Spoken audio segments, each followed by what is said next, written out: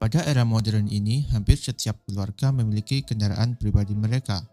Menurut data dari data statistik, ada sekitar 133.464.133 unit kendaraan di Indonesia. Sebagian besar kendaraan ini diproduksi oleh perusahaan-perusahaan asal Jepang seperti Yamaha, Honda, Suzuki, dan Kawasaki. Persaingan antara mereka tidak hanya terbatas di pasar Indonesia atau Asia, tetapi juga di tingkat global. Itulah mengapa mereka sering disebut sebagai top 4. Saingan ini mencakup berbagai segmen, dari skuter hingga motorsport. Namun persaingan ini sebenarnya sudah berlangsung sejak puluhan tahun lalu. Mari kita telusuri sejarah dari 4 raksasa otomotif Jepang ini. Mulai dari perusahaan mana yang lebih dahulu memproduksi sepeda motor, hingga bagaimana mereka mencapai posisi mereka di pasar global saat ini. Yang pertama yaitu Kawasaki. Kawasaki adalah salah satu pemain awal di industri otomotif Jepang. Meskipun perusahaan ini secara resmi didirikan pada tahun 1962, sejarah Kawasaki sebenarnya dimulai pada tahun 1878. Saat itu pendiri Kawasaki, yaitu Shozo Kawasaki, memulai usahanya di bidang pembuatan kapal laut. Kawasaki Heavy Industries, yang merupakan anak perusahaan dari Kawasaki, adalah produsen kapal besar di Jepang pada masa itu. Ketika Perang Dunia Kedua, Kawasaki mulai memproduksi sepeda motor dengan model 2 tak di kelas 60 cc pada tahun 1954. Mereka mulai memproduksi motor secara penuh di Jepang. Namun, produk awal mereka kalah bersaing dengan merek-merek seperti Fuji dan Suzuki. Baru pada tahun 1962, Kawasaki merilis motor pertamanya, Kawasaki Meguro B8 di kelas 125 cc, yang kemudian diikuti oleh seri Kawasaki yang lainnya. Untuk yang selanjutnya yaitu Yamaha. Yamaha yang kini dikenal luas sebagai produsen motor dan alat musik, memulai sejarahnya jauh sebelum terjun ke dunia otomotif. Didirikan oleh Torakusu Yamaha pada tahun 1887. Perusahaan ini awalnya memproduksi piano dan alat musik organ.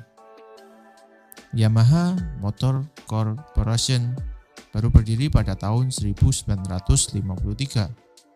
Sebagai bagian dari Yamaha Corporation dan meluncurkan motor pertamanya yaitu Yamaha YA1 pada tahun 1955.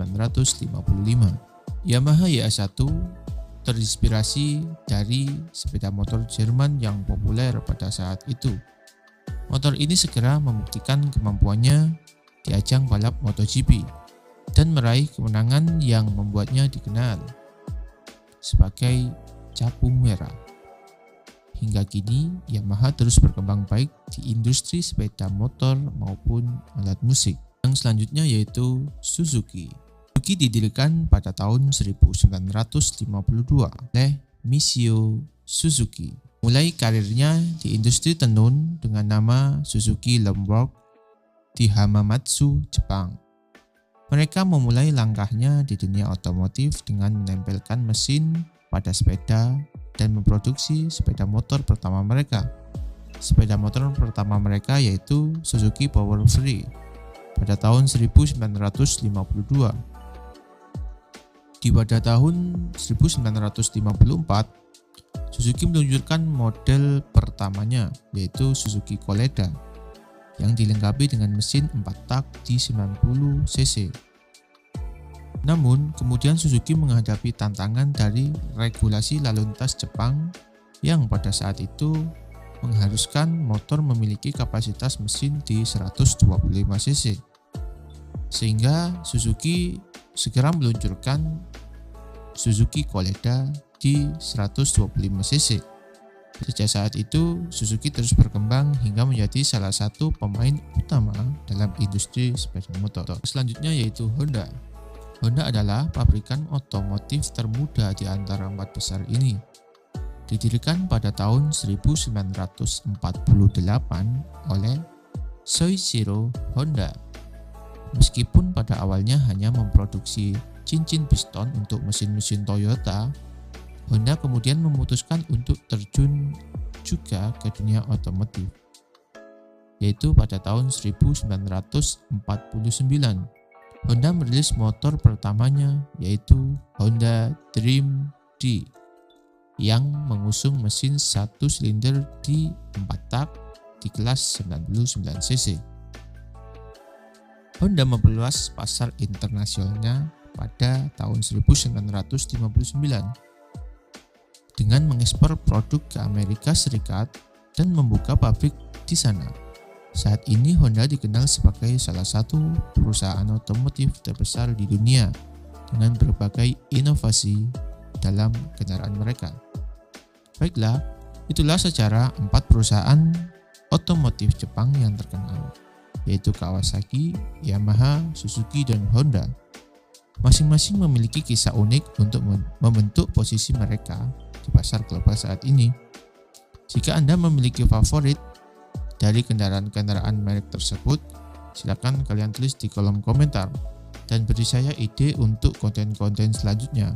Dan jangan lupa dukung channel ini dengan cara like, komen, dan subscribe. Terima kasih.